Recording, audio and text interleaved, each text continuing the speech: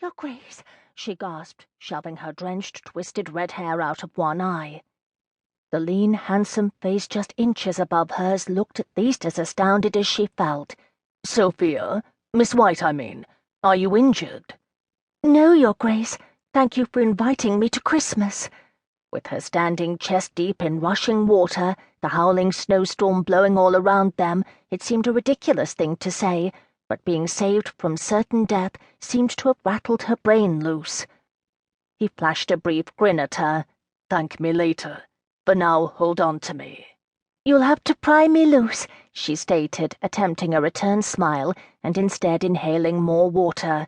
Coughing, she decided it would be wiser to be brave in silence, at least until they were out of the river.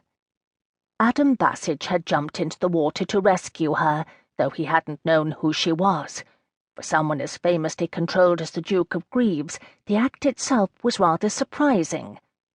And certainly fortuitous, but at the moment she just wanted to be out of the freezing cold water. Sophia held onto his back, her shaking fingers dug into his shoulders as the group of men on shore hauled in the rope he had tied around his waist.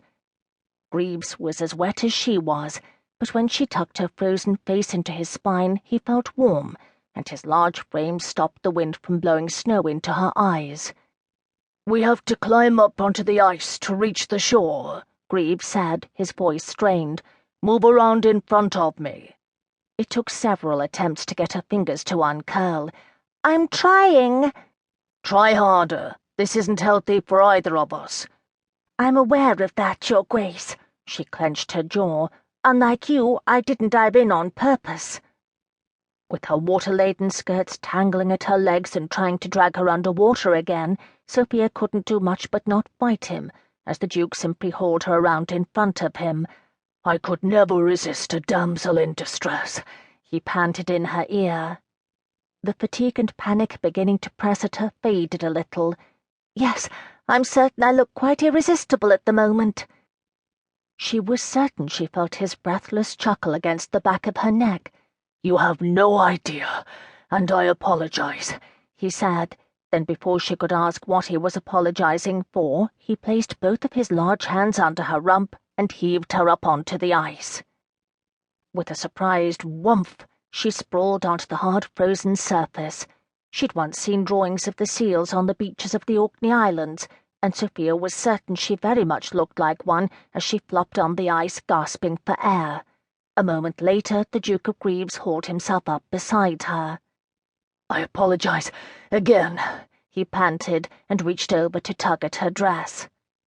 Wet material slapped against the back of her knees, and she realized the gown must have been hiked up her bare backside in a very unbecoming manner. "Oh dear," she coughed out, pushing herself into a sitting position. "If I were less frozen, I would likely be mortified. As it is, thank you." A swift, surprised grin touched his mouth, and then was gone again as he stood to offer her both of his hands. Dishevelled midnight hair obscured the eyes she knew to be a deep ocean-coloured grey, but he didn't seem to notice either that or her scrutiny as he pulled her to her feet. Her legs felt wobbly as a newborn's, and she sagged against him, and to think she generally scoffed at females who pretended weakness or light-headedness in order to enlist the aid of a big, strong man. "I'm so sorry," she muttered belatedly, righting herself again. "But truthfully, if I'd fallen on you intentionally, I would have fixed my hair first." "Your hair is quite spectacular," he returned, wrapping an arm around her waist and half lifting her as, with the assistance of the rope, he ploughed up the snowy bank. "It's your lips turning blue that has me more concerned."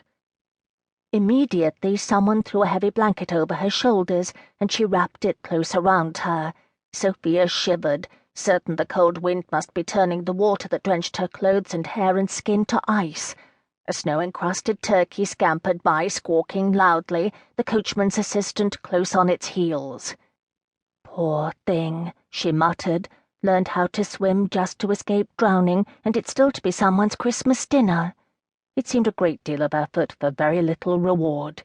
In a sense, she was in the same predicament. She only hoped a holiday at Greaves Park would be worth her efforts. The memories would have to last her a lifetime after all.